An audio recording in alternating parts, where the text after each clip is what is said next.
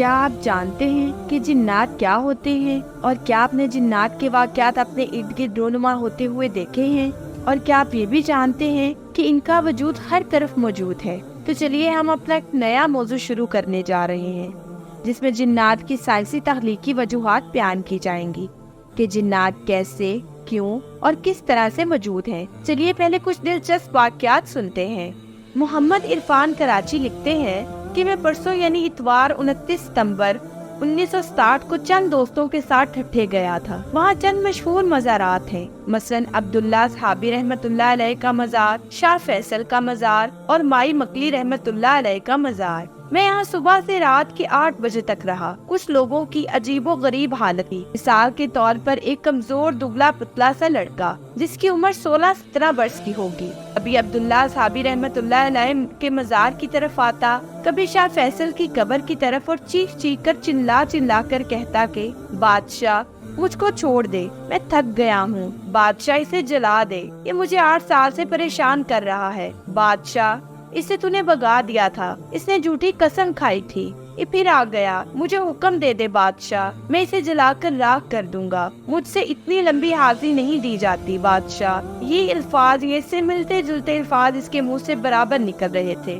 یہ اپنا سر ٹپکتا، تپتی ہوئی زمین پر پٹکنیاں کھاتا اور حال سے بے حال ہو جاتا۔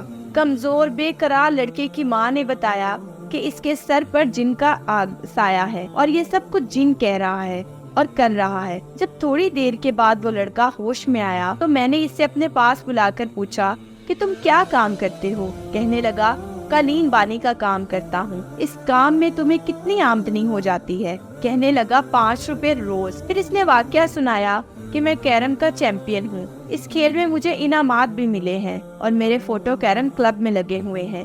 جب ابا کو میرے شوق کا پتہ چلا تو انہوں نے مجھے بہت مارا پیٹا۔ ان کی مار پیٹ سے میرے دماغ پر بہت برا اثر پڑا۔ والد صاحب نے بہت سے ڈاکٹروں کو دکھایا، انہوں نے دماغی آپریشن کی رائے دی، مگر والد صاحب دماغ کا آپریشن کرانے پر راضی نہ ہوئے۔ اب میرا یہ حال ہے جو آپ نے دیکھا۔ محمد عرفان صاحب کا بیان ہے کہ میں اس تماشے کو خود ساختہ سمجھ لیتا اگر اور 2 بچیوں کو اس حال میں گرفتار نہ پاتا۔ ان میں سے ایک بچی کی عمر تقریباً 10 سال کی تھی اور دوسری کی 8 سال کی۔ یہ دونوں بچیاں بھی اس جن گرفتہ بچے کی طرح بے ساختہ چیختی چلاتی تھیں۔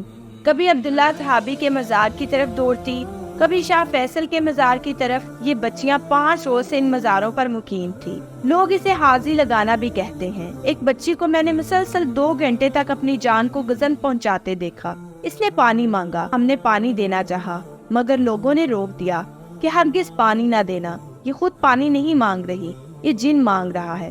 پھر یہ بچی پانی پیے گی بھی نہیں۔ ہم نے پانی کا پیالہ بچی کے منہ سے لگا دیا تو واقعی اس نے ایک بوند پانی نہ پیا۔ تحقیقات سے پتا چلا کہ اس کی ماں کو بھی یہی عارضہ تھا، یعنی اس پر بھی جن آتے تھے۔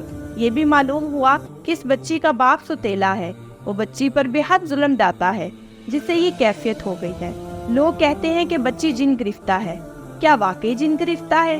اسی موقع پر ایک غیر شادی شدہ لڑکی کو دیکھا، وہ بھی عبداللہ صحابی کے مزار کی جالی پکڑ کر چلا رہی تھی۔ لوگوں نے اسے بھی جن گرفتہ یا اسیب زدہ بتایا اور کہا کہ صاحب مزار نے اس عورت کو پکڑ کر رکھا ہے۔ اب یہ عورت اس وقت تک جالی سے ہاتھ نہیں ہٹا سکتی جب تک جن بھاگ نہ جائے۔ یہ جن گرفتہ عورت چیخ رہی تھی کہ عبداللہ مجھے چھوڑ دے ورنہ میں یہ کروں گا وہ کروں گا۔ لڑکی مردانہ حالت میں بول رہی تھی۔ یہ واقعات میں نے خود ٹھٹھے کے مزاروں پر دیکھے ہیں۔ عرفان صاحب نے سوال کیا ہے کہ ان واقعات کی تشریح و تفسیر کیا ہوگی اور ان کا سائنسی تجزیہ کس طرح کیا جائے گا۔ واضح رہے کہ میں مادہ پرست اور ان کرشموں کی خالص سائنسی تشریح و تجزیہ چاہتا ہوں۔